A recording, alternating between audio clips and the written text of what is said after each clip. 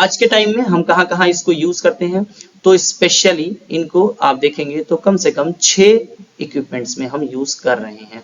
सबसे पहला इक्विपमेंट जो मैं बार बार टाइम एंड अगेन आपको बता चुका हूं, वो है डेंटिस्ट्री, यानी इम्प्लांट या ओरल सर्जरी या orthodontics.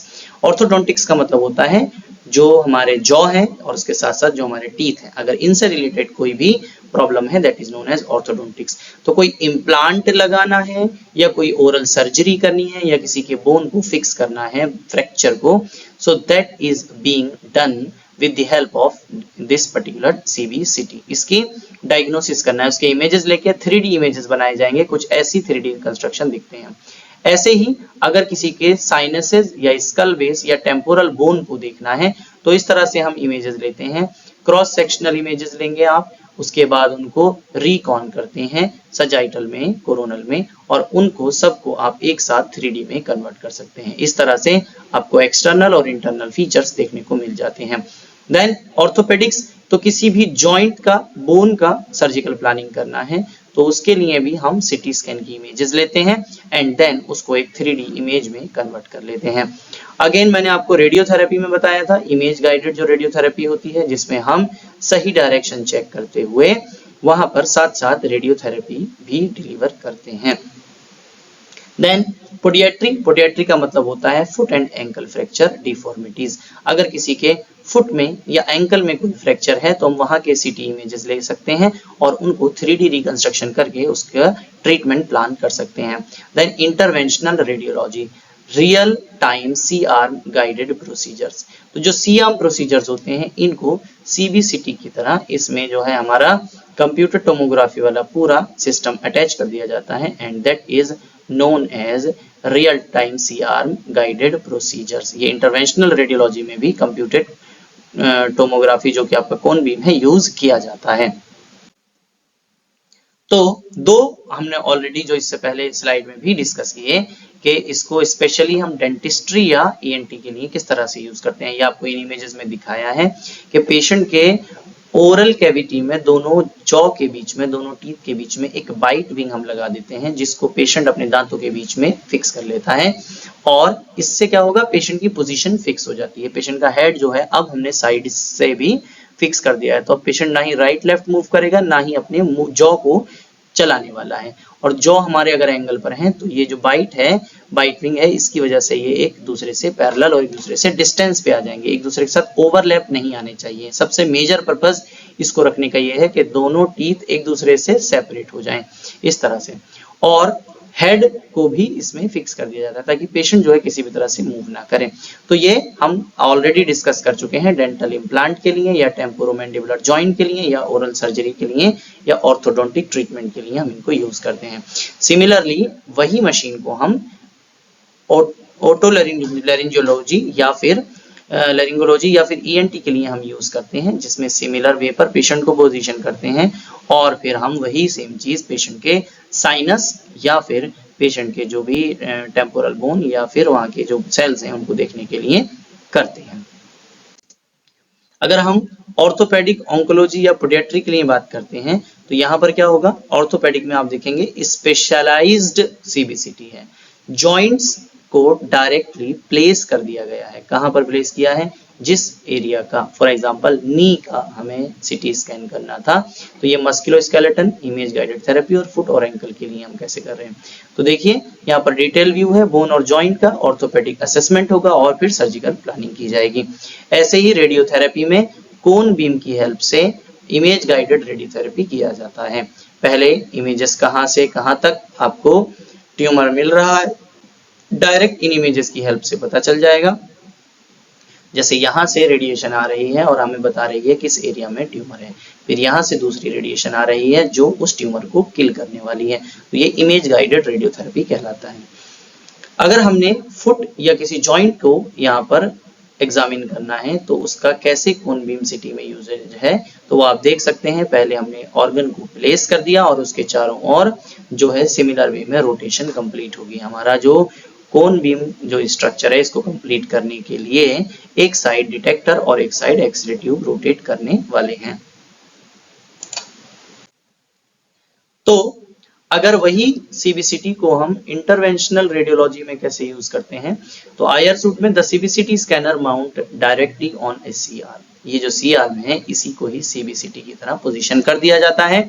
Fluoroscopy unit giving real time images with a stationary patient, अगर स्टेशनरी पेशेंट है तो ये हमें रियल टाइम इमेजेस देता है, और फिर हमारा जो इससे 3D रिकंस्ट्रक्शन करना है और ट्रीटमेंट करना है वो पॉसिबल हो पाता है।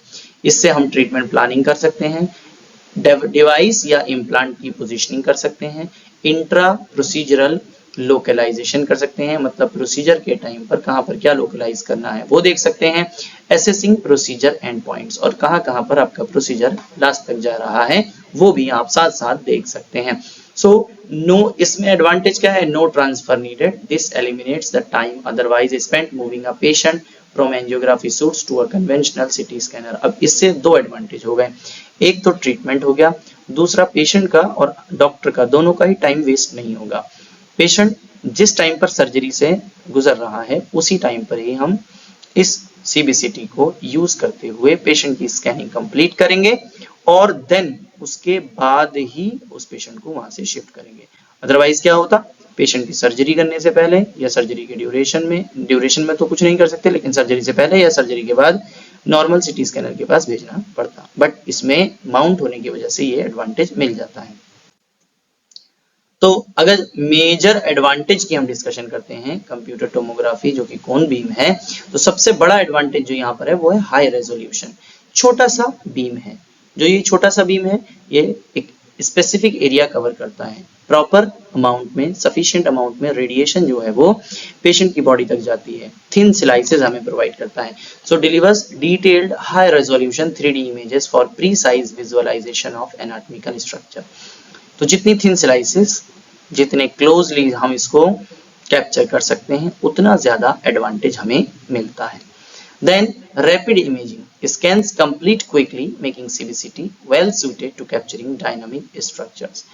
सबसे ज्यादा एडवांटेज इसका ये है कि ये रैपिड स्कैनिंग जो है वो कंप्लीट करता है। अगर रैपिड स्कैनिंग को कंप्लीट करना है तो ऐसे में ये हमारा पर्टिकुलर बेस्ट सूट होगा। एकदम इमीडिएटली आपने बस पेशेंट को लगाना है और विद इन अ मिनट ये स्कैनिंग कंप्लीट हो जाती है। And then reduced radiation doses, तो यहाँ पर जो आपकी एक ट्रेडिशनल CT स्कैनर है उसके कंपैरिजन में CBCT में कहीं कम रेडिएशन लगती है, बहुत कम रेडिएशन लगती है। रीजन, हमने फील्ड ऑफ व्यू को बहुत ही शॉर्ट कर दिया है। तो ये फील्ड ऑफ व्यू शॉर्ट होने की वजह से जितना कम एरिया हमें कवर करना है उतने ही कम एरिया पे रेडिएशन लगेगी, जितने कम एरिया पे रेडिएशन लगेगी उतनी ही पेशेंट की रेडिएशन डोज भी कम होने वाली है। So that is the major advantage of this particular modality. Then there must be some limitations, तो लिमिटेशन क्या है, लिमिटेड सॉफ्ट टिश्यू कॉन्ट्रास्ट। आप कंपेयर करिए, ये आप CBCT में इमेजेस देख रहे हैं, ये आप नॉर्मल CT स्कैन में देख रहे हैं, कन्वेंशनल CT में देख रहे हैं, तो यहाँ पर आपको सॉफ्ट टिश्यूज दिखते ही नहीं है। मेजरली हम इसको बोन्स के लिए यूज कर रहे हैं, बट यहाँ पर आपको सॉफ्ट टिश्यूज बहुत अच्छे से विजुअलाइज होते हैं। Other than this,